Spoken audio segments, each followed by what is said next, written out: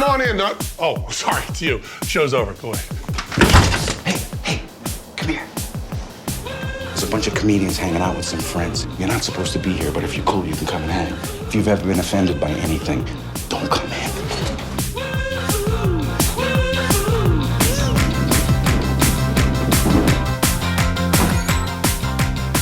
My wife understood me. If it wasn't for that gal. We had 60 years when we met. I was 32 waist, jet black hair. He'd crack nuts on me, you know? So, and years later, the press asked us, Mrs. Winters, Eileen, what were your first impressions of Jonathan? She said, it was love at first sight. And then she looked over at me, and I said, I couldn't wait to get her clothes off. I told the truth. I told the truth. Took me a year to get her clothes off, and then I put her clothes on. Strange marriage, strange. Well, I was much better looking. Now I'm a joke, I know that. People have said, you know, personal questions like, how old are you? I said, I'm 83. How have you adjusted to being elderly? Which is crap. You know, how are you adjusted to being old? And I said, take all the mirrors out of the house. Yeah, it comes up on you slowly, right? You don't realize it. Oh, it came on me fast. Yeah. You know, if I'm away from a mirror for a second, I forget. Like, this summer I did a movie. I played J-Lo's gynecologist. That's for sure. Hang on. I just want to keep that image in my head for it's in the bank. It's in the bank. I artificially inseminate her and guide her through birth and all that. And, you know, she's cute. And when she'd come to work in the morning, I'd kind of primp up a little. You know, like, morning, hey, Jill, how are you? know, like this. I mean, what am I thinking? That she's some sort of demented gerontophile who's going to...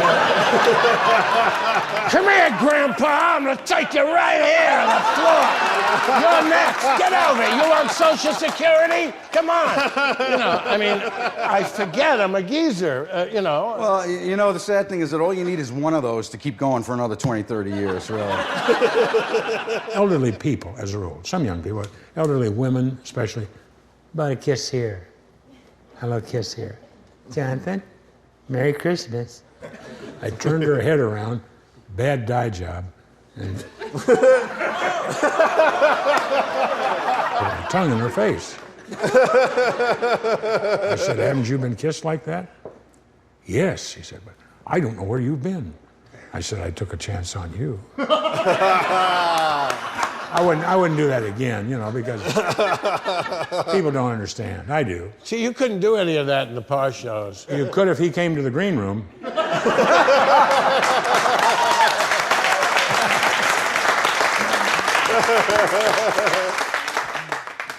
We had to watch so much what we said on those shows. Oh. Now it's, forget it, you know, all the folk, you know, everything. Yeah. You don't appreciate that freedom? Yeah, it devalues, I do, but when it's used as a substitute for wit, it devalues the profanity. Profanity is an important part of the language. I agree. Part, you know? Like in the Sopranos, you know, cocksucker, that's the milieu, you know, the Western, you know, Deadwood, howdy douchebag, you know. Get my horseshoe at that motherfucker down the street there. Or even in Rome, fuck you, Cassius Belli is a douchebag. I'm working for Julius Caesar, you asshole. I like legal cursing, like, it's juvenile, but watching the Westminster Kennel Show, you know. That's a beautiful bitch, Harold. What a bitch. What kind is it, a Shih Tzu? It's a Shih Tzu bitch. And where are they from, Norfolk? Then you can get your rocks. I get it. You know what I mean? I think the pendulum swung too far the other way in a gratuitous way. I don't know, some of you may know failed comedian David Feldman.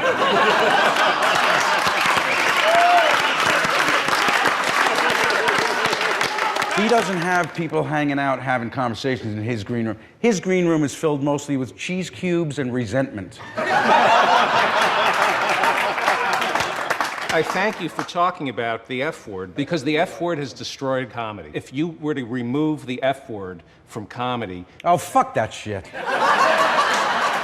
I'm sorry. I just had to go for the gag. I'm sorry. Robert, did you ever appear in a musical?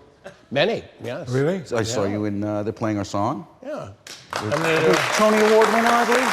Tony nominee. Tony nominee, sorry. Whoa. I went to high school with Tony nominee. I'm writing a new musical. I'm writing a new musical. Is there anything in it for me? You hear There this? is. It's about Senator Larry Craig, the guy who tried to get sex in the toilet. Larry Craig musical is a real toe tapper. You know, I know you know Shakespeare. You know who couldn't speak a word of Shakespeare? Richard Burton. It's tragic. I don't know. You know what Burton said to me about Elizabeth? I just tried to make it as gentle as I could, a question. What was Elizabeth like? He said she was quite furry.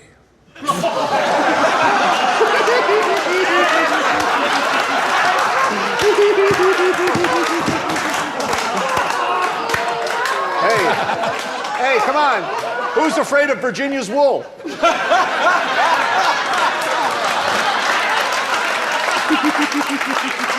Speed and accuracy. This is an educational show, too, as you can see, Robert. What was it like working with Robert De Niro? That's a tough thing to say. You just talked about... Well, Robert's gonna hear this show, and then, you know, I don't want to make an enemy of him. He's not gonna watch this thing. He's Robert De Niro. He ain't watching this.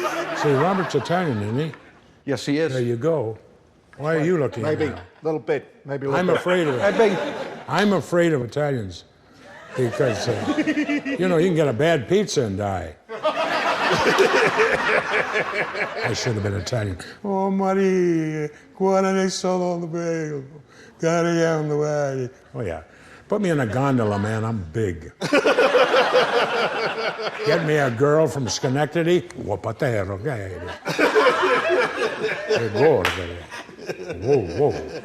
No.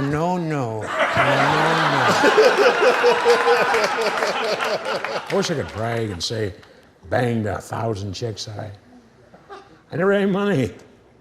I didn't have a car. And they don't like to just go in an alley and do it, you know? I gotta introduce you to some friends. Well, Will Chamberlain wrote a memoir where he said he stubbed 10,000. Yeah. What if they all got together? And they had a convention. Hello? I'm Myrna Taylor. Number 715. He was very attentive. I'm Geraldine. I'm number 9,400. He was very strangely fatigued. It's interesting how he just knew to round off the number and stop. That's it, I'm done.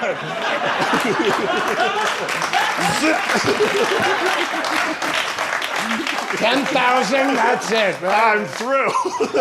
I'm gonna read.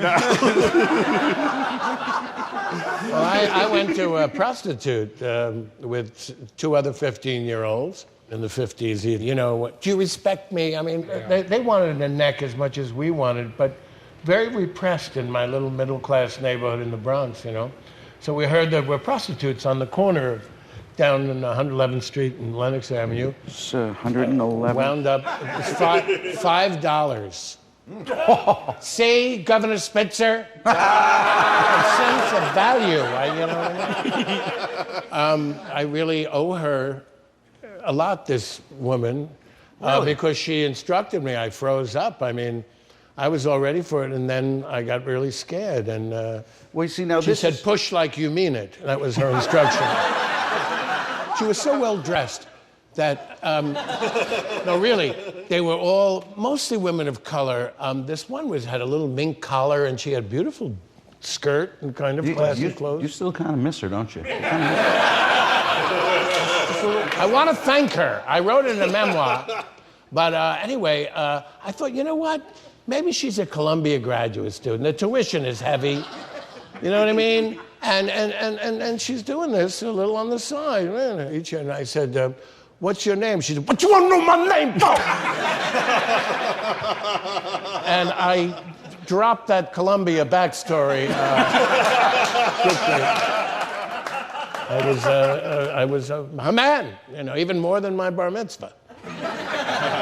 See, that's what a bar mitzvah really should be. Forget the catering. That's right. Remember the parties we went to, man? The 70s, Players Retreat. There's parties where you couldn't not get head. You couldn't avoid head. You'd be like, no, I'm done. No means no. I wanted beer, I'm dehydrated.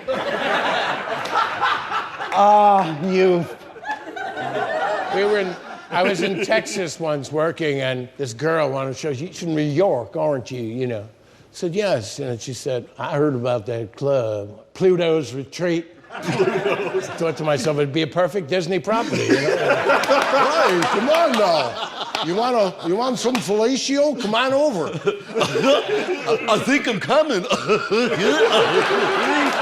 Pluto's Retreat. After you're done, you high three. Speaking of which, it's a little song. Dan, you gotta, Rick, you gotta do this for me. I got you a human prop.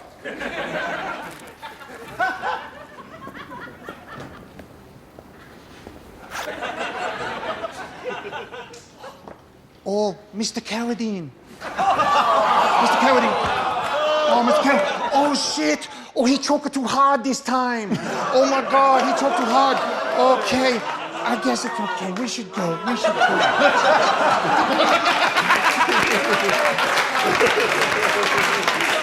I did it.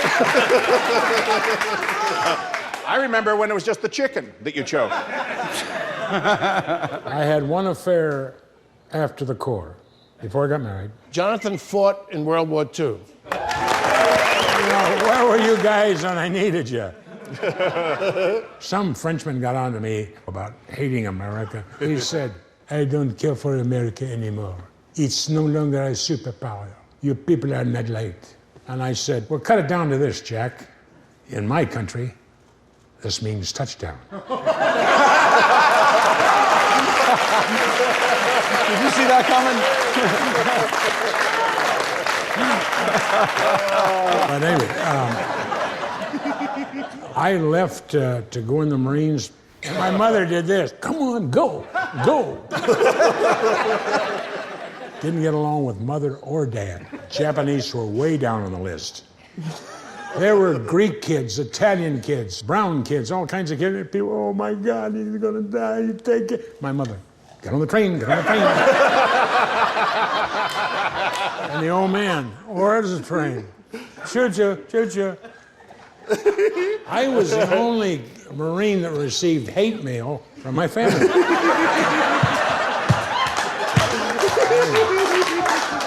You got don't care packages. Yeah, exactly, yeah. I cannot imagine you towing the line and surrendering all free will to anybody, let alone Really? the U.S. Marines. Yeah.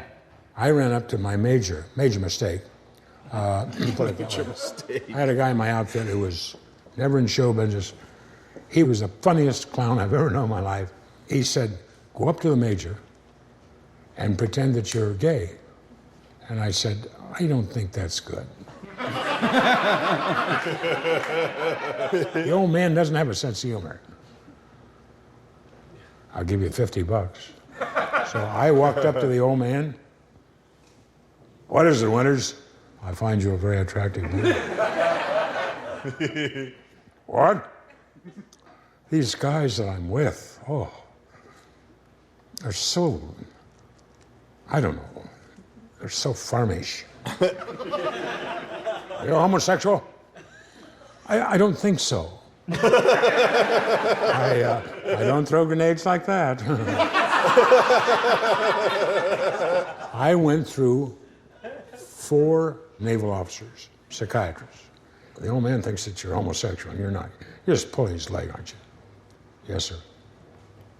All right, you go back. So I went back, saluted the old man. I still find you a very attractive man.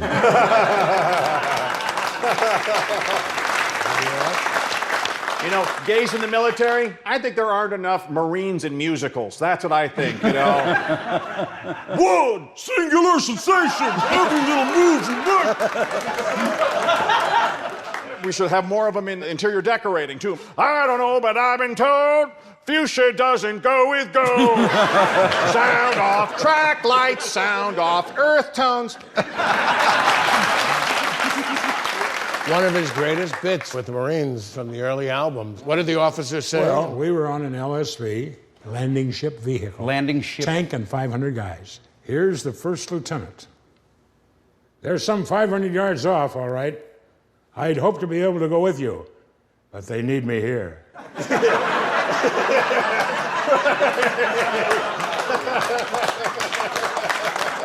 This is the truth. I came home, I went up into the attic, and of course, everything's a lecture. Now, when you get up there, don't mess everything up, okay? I hear you. I wasn't in a mortar outfit. And when you come down, put that letter down. I don't want to see any dirty tracks. All right, all right. A pillow over the face. How did your mother die? All right, went up, opened the little trunk up. Iron cars were then $1 when I was a kid in the 30s and 40s. Today, they can be as much as $3,500. That's right. Kept in mint condition. Came back downstairs. I said, what happened to the soldier of the cars? You're 20 years old. That's not the point, lady. This is stuff I saved. I bought with my money. Maybe I'll get married, get lucky someday and have a kid. Well, they're gone. We gave them to the mission. Well, you should have notified me. You know, on a couple of things that I might have wanted. And she said this. Well, how did we know you're going to live? Oh, man! Oh, yeah! They wonder why we're a little strange. So many comedians that I know have had really rough childhoods, but then again, probably everybody's was, really. I was just looking for a hug, for Christ's sake.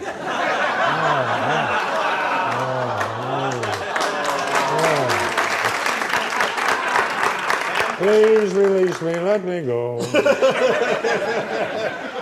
Why, you Italians. By the way, I just want to introduce Ron Jeremy sitting here, folks. Ron Jeremy joining us here. I used to go there. No man is an island, but he's a peninsula. I have a bone to pick about porn and the use of the F word.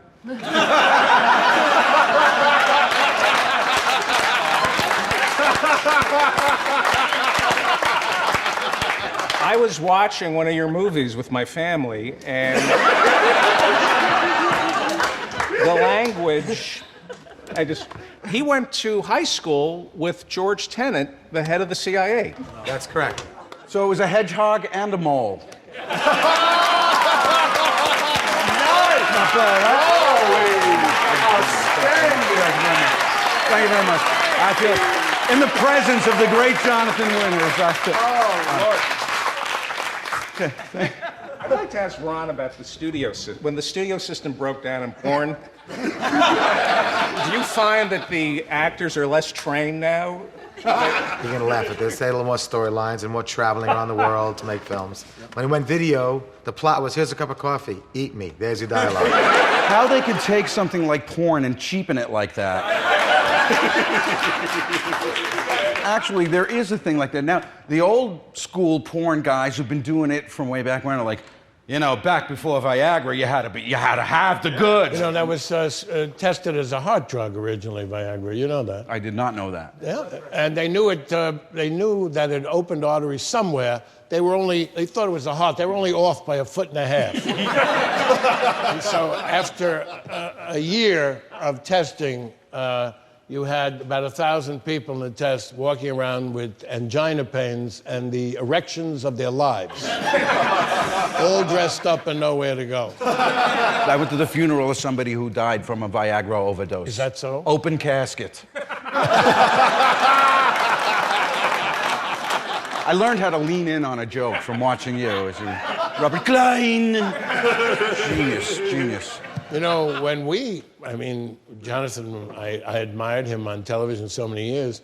When you come up with something new, it's hard to, My first Tonight Show, I actually sat at the panel for 2 minutes. I know. Before I even did the stand-up. Because they were so worried that the audience wouldn't get it? They thought they should get to know me a little. And Johnny was very, very generous, wasn't he, Jonathan? He laughed. Yeah. Johnny Carson taught you what was special about each of the comedians that he loved. You watching Johnny, you learned what was great about those comedians. But you had to prepare. Like Rodney, one time we were very close early on, Dangerfield, and he was very undisciplined in his private life, to say the least. I'll say. But, he used to walk around in his club in his bathrobe, socks, and sock garters, which I'd only seen in the Little Rascals movies. Unfortunately, sometimes his testicles were exposed underneath there, which was He was a handsome man. way. Rodney was undisciplined in his life, but when he knew he had a Tonight Show, he was immensely prepared. And he was a great improviser. In the old days at the Improv, remember David Fry, the impressionist? Yeah. He became the guy, he was Did the most amazing William F. Buckley. He did a Buckley, he did a Rockefeller. Anyway, he's a guy who, the night Bobby Kennedy was killed, he was in the back getting drunk, and I'll tell you the truth, I'm sorry he got killed, but it was one of my best voices. Let me just interrupt for 1 second. It reminds me of the story I heard that after River Phoenix died, Jim Belushi called up Joaquin Phoenix and said, listen, it's not all bad.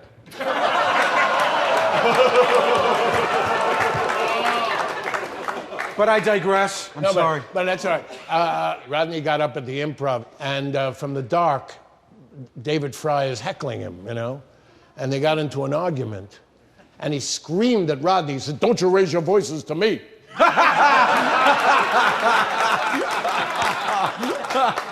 I saved his life, and that's a true story. I heard this story. Sailing?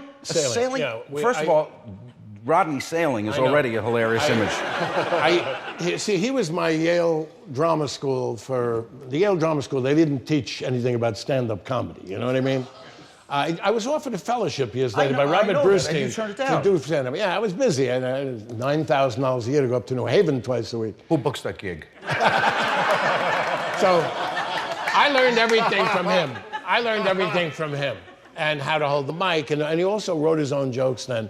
He was hilarious. So he had a gig in Cape Cod. And we got up there. There's 35-knot winds blowing on Buzzards Bay, right? It's like a hurricane, right? He goes, "I'll tell you, but let's take out a sailboat." I said, "Rodney, what do you know about sailing?" "What does there to know? It's a fucking wind." I look around, all the boats are in dry dock, people are in shelters, FEMA's handing out donuts. He wants to go sailing. So he goes, he gives $20 to the boat boy, Carmine. He goes, "I tell you, Rodney, boss may not like it. It's 35-knot winds out there." He said, "It's all right, it's all right." "I got to give you a sailing lesson." Ronnie is groaning, "This is the jib, and this is the mainsail, and this is the forecastle." He said, "Never mind that bullshit. Just give me the keys." The keys. You want the keys to the sailboat? I want the keys. Kid puts us in this catamaran, and no exaggeration, in 9 seconds, we're 1,000 yards from shore. You could have. The water is 62 Fahrenheit. There's a 2.5, 3-foot chop. And there's 2 Jews in a sailboat, don't know what they're doing. So he's in the front like a happy cocker spaniel on the freeway with the wind blowing. He's going, "I'll tell you, this is too fucking much." Suddenly he goes, "I'll tell you, man, I'm going to take a swim." I go, "Ready!" He's a speck in a second, I'm way out there already. I don't know how to change the mainsail, the forecastle. I'm from the Bronx-sail, We're not a sailing people. And,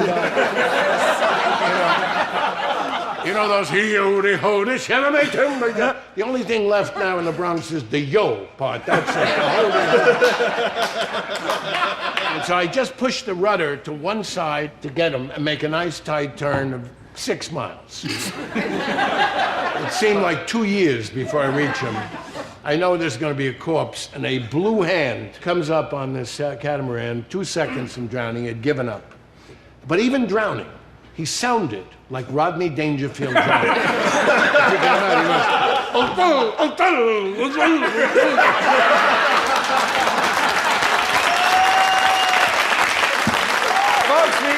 we gotta go. Thanks for being here and hanging out. Give it up for these amazing artists, Robert Klein, Rick Overton, Jonathan Winters.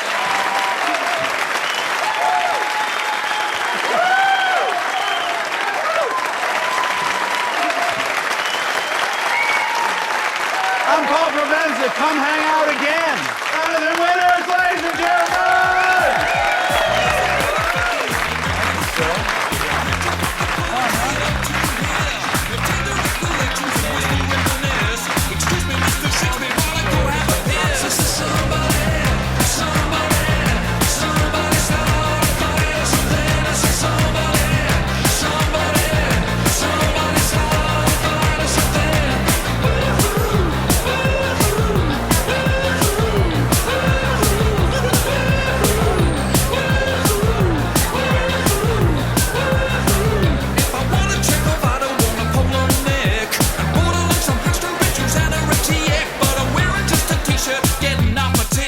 The